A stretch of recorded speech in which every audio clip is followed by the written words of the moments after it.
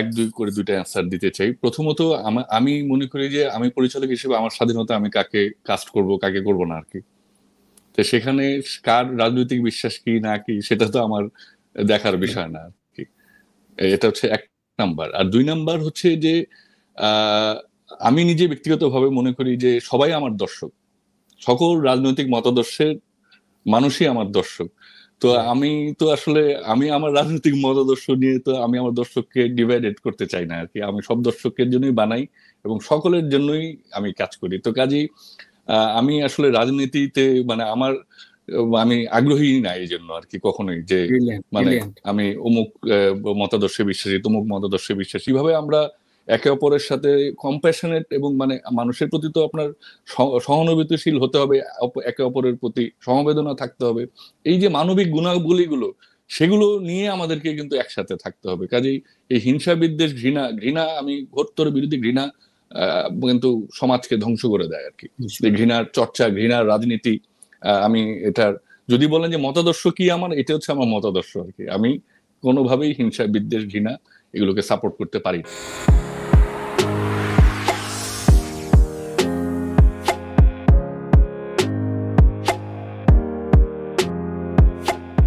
Film সিন্ডিকেটের অবস্থা কি? ফিল্ম সিন্ডিকেট ভালো। ফিল্ম সিন্ডিকেট তো আমরা কাজ চলছে, বিভিন্ন সিরিজের নিয়ে কাজ এগুচ্ছে আমাদের সেখানে। কিন্তু সিরিজগুলো কমিশন হতে তো একটু সময় লাগে, এটাই হচ্ছে মূল বিষয় আর কি। কারণ বাজেট টাজেট সবকিছু মিলতে হয় আর কি। তো সেগুলো চলছে। আমি যেমন মানে আমি সিরিজও করতে চাই সামনের দিনগুলোতে, সো সেগুলো নিয়েও আছি আর কি। আচ্ছা আচ্ছা আচ্ছা, যাই হোক, সামনে রোজার ঈদে বলছেন যে ছবিটি আর একটা ছবি নিয়ে হ্যাঁ, আসবেন আমি আরেকটা এই তানভীর আপনার এখানে সত্যিই বললাম আজকে ফার্স্ট আর কি, যে রোজার ঈদেই ছবি এবং এবং ভেবেও আমি রেখেছি। সো বিশ্বাস করেন দেখা যাক এবার যে আর কি। আপনি তানিম নূর লিস্ট রেগুলার ছবি নির্মাতা হিসাবে জি থাকবেন। জি যেটা যেমন জি হয়েছিল শহীদ ইসলাম খোকন বা কাজী হাজরা বা মতিন রহমান বা আগের জি সময় যে জি জি অন্তত এটা আমার কাজ, দায়িত্ব। ছবি হিট হোক ফ্লপ হোক বা মাঝারি হোক, আমি ছবিগুলো দিয়ে যাব। শিল্পীদের রাজনৈতিক আদর্শ থাকে প্রত্যেকটা মানুষের, কিন্তু শিল্পীদের রাজনৈতিক বিশ্বাসের জায়গায় যে একেবারে সম্পৃক্ত হওয়াটা একজন নির্মাতার ক্ষেত্রে তখন ভাবতে একটু অসুবিধা হয় কিনা, যে না ঠিক আছে এই সময় নেব, কি হয় না হয়। তো সেই জায়গা থেকে শিল্পী না, শিল্পী তো আপনিও শিল্পী, তো এই শিল্পী সমাজকে আমরা একে দেখেছি, তো সেই জায়গায় কতটা সাবধান থাকা উচিত বা সময় এসছে কিনা, বা এই জুলাই বিপ্লবটা আমাদের সেই শিক্ষাটা দিল কিনা, আপনার কাছে কি মনে হয়? আহ আমি দুইভাবে দুইটা এখানে এক দুই করে দুইটা অ্যান্সার দিতে চাই। প্রথমত আমি মনে করি যে আমি পরিচালক হিসেবে আমার স্বাধীনতা, আমি কাকে কাস্ট করব কাকে করব না আর কি। তো সেখানে কার রাজনৈতিক বিশ্বাস কি না কি সেটা তো আমার দেখার বিষয় না আর কি। এটা হচ্ছে এক নাম্বার। আর দুই নাম্বার হচ্ছে যে আহ, আমি নিজে ব্যক্তিগতভাবে মনে করি যে সবাই আমার দর্শক, সকল রাজনৈতিক মতাদর্শের মানুষই আমার দর্শক। তো আমি তো আসলে আমি আমার রাজনৈতিক মতাদর্শ নিয়ে তো আমি আমার দর্শককে ডিভাইডেড করতে চাই না আর কি। আমি সব দর্শকের জন্যই বানাই এবং সকলের জন্যই আমি কাজ করি। তো কাজেই আমি আসলে রাজনীতিতে মানে আমার আমি আগ্রহী না এই জন্য আর কি কখনোই যে ব্রিলিয়ান্ট মানে ব্রিলিয়ান্ট আমি অমুক মতাদর্শে বিশ্বাসী তমুক মতাদর্শে বিশ্বাসী সেটাকে নিয়ে ফলো করে প্রচার করে সেগুলো ইয়ে করে আমি একদমই বিশ্বাসী না। সবাই আমার দর্শক, সকল রাজনৈতিক মতাদর্শ হোক, যে কোনো মতাদর্শের মানুষই হোক। এবং এই পৃথিবীতে তো আসলে সবাই তাই আর কি। আমি জানি না বাংলাদেশে হয়তো অনেক ক্ষেত্রে এটা ব্যর্থ দেখেছি আর কি, কিন্তু মানে আপনি যখন একজন ক্রিকেটার বা আপনি একজন শিল্পী বা হোয়াট এভার, মানে যখন আপনি মানুষের ইয়েতে যাচ্ছেন তখন কিন্তু আসলে সেটা আবার সেটা হতেও পারে। কারণ আবার একই সাথে এটাও আবার অন্যায় না কিন্তু, যে আপনি আপনার রাজনৈতিক বিশ্বাস সহ মানে পৃথিবীতে সেটাও আমরা দেখেছি অনেক শিল্পী, লেখক, খেলোয়াড় কিন্তু তাদের রাজনৈতিক বিশ্বাস সহ তাদের কাজ করে গিয়েছে। সেটাতেও আমি কোনো অন্যায় বা আপত্তি মনে করি না আর কি। সেটাও জরুরি, মানে কেন করবে না, আমি এই মতাদর্শে। কিন্তু আমার কাছে মনে হয়েছে যে আমি ব্যক্তিগতভাবে একদমই এগুলোতে আগ্রহী না আর কি, মানে আচ্ছা, কোনোভাবেই না। আর আরেকটা বিষয় ভাইয়া, তানভীর ভাইয়া, আমি বলতে চাই যে আমাদের সমাজ এমনিতেই অনেক বিভক্ত। আমরা সেটাকে আরো বিভক্ত না করি আর কি। বিভক্তি আমাদেরকে কোথাও নিয়ে যাবে না। বিভক্তি আমাদেরকে ক্রমাগত আসলে আরো মানে খারাপের দিকে নিয়ে যায় আর কি। তো কিভাবে আমরা একে অপরের সাথে কম্প্যাশনেট এবং মানে মানুষের প্রতি তো আপনার সহানুভূতিশীল হতে হবে, একে অপরের প্রতি সমবেদনা থাকতে হবে। এই যে মানবিক গুণাবলীগুলো, সেগুলো নিয়ে আমাদেরকে কিন্তু একসাথে থাকতে হবে। কাজেই এই হিংসা, বিদ্বেষ, ঘৃণা, আমি ঘোরতর বিরোধী। ঘৃণা কিন্তু সমাজকে ধ্বংস করে দেয় আর কি। ঘৃণার চর্চা, ঘৃণার রাজনীতি, আমি এটার, যদি বলেন যে মতাদর্শ কি আমার, এটা হচ্ছে আমার মতাদর্শ আর কি। আমি কোনোভাবেই হিংসা, বিদ্বেষ, ঘৃণা এগুলোকে সাপোর্ট করতে পারি না, সেটা যার বিরুদ্ধেই হোক, যখনই হোক, যে কোনো সময়ই হোক। চমৎকার। এবং আপনার ছবিতেও সেটার প্রতিফলন থাকবে সবসময়। জি, অবশ্যই অবশ্যই, কারণ এটা তো করতে পারি না আর কি, তাই না? কারণ আমাদের সমাজ, মানে এটা তো ভালো লাগে না ভাই আর কি, মানে কিন্তু তার মানে আপনি প্রোপাগান্ডা ফিল্মে যদি কয়েক কোটি টাকা দেওয়া হয় আপনি করবেন না প্রোপাগান্ডা ফিল্মে? না না না না না না না না না না না, কেন সেটা আর কি, মানে দেখেন যে এটা আমার পেশা, ডেফিনেটলি পেশাগত কারণে তো অনেক কিছু আমাকে করতেই হবে, কারণ আমি তো না খেয়ে মরে যেতে চাই না আর কি কোনোভাবেই।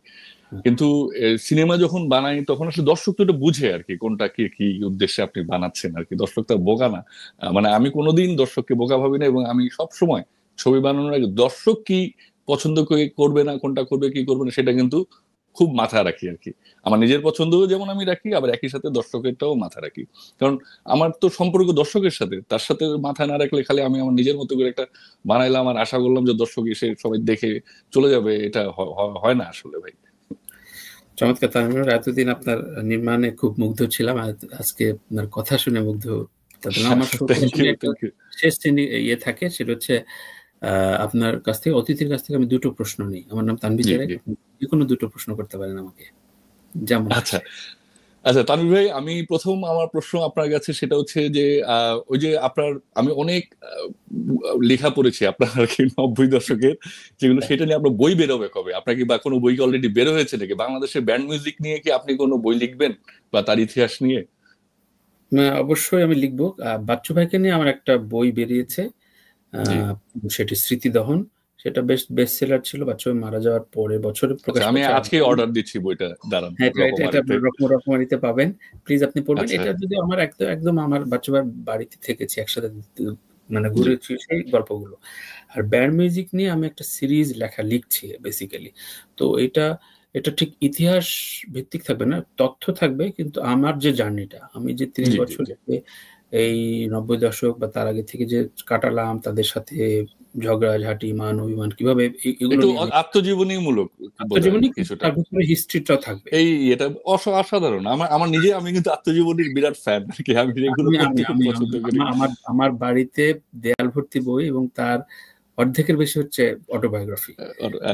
আমারও সেম ভাই, আমারও দেশের বিদেশ। আমি এখনো একটা, এই যে এটাই এখন পড়ছিলাম। আচ্ছা, এটা কোনটা?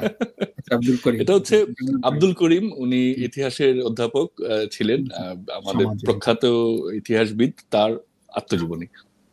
চমৎকার চমৎকার। তো কিছু বই আপনার যেটা ভালো লাগবে আমাকে একটু রেফার করবেন, আমি কালেক্ট করবো এবং পড়বো।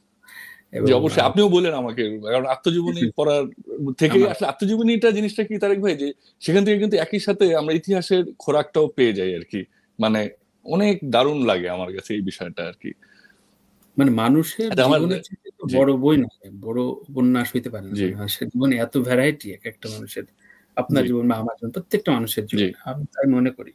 আমি তো হয়তো আপনার মতো অত মেধাবী না, কিন্তু ওইটাই তো হয় যে মানুষকে পড়ার, আসলে আমি যে কথা বলি আপনার সাথে 1 ঘন্টা সময় কাটালাম, এই যে বুঝলাম, শিখলাম। এনিওয়ে, আমিও কিন্তু তাই। লাস্ট এন্ড ফাইনাল কোশ্চেন, আমরা আজকে বিদায় নিব। শেষ প্রশ্ন। জি, শেষ প্রশ্ন, আপনি কি কখনো অভিনয় করেছেন? অভিনয় আমার আসলে আমার চেহারা অতটা ভালো না, কিন্তু আমার অভিনয়ের প্রতি প্রচুর আকুলতা আছে। আমি অনেক কিছু করি আর কি। এই জন্য আমার বইয়ের যেমন গালি খায়, এমনি অন্যান্য মানুষও, আত্মীয় স্বজন বা বন্ধু বান্ধব বলে যে এত কিছু করস কেন? আমার জীবনটা ছোট, যা খুশি তাই করতে চাই।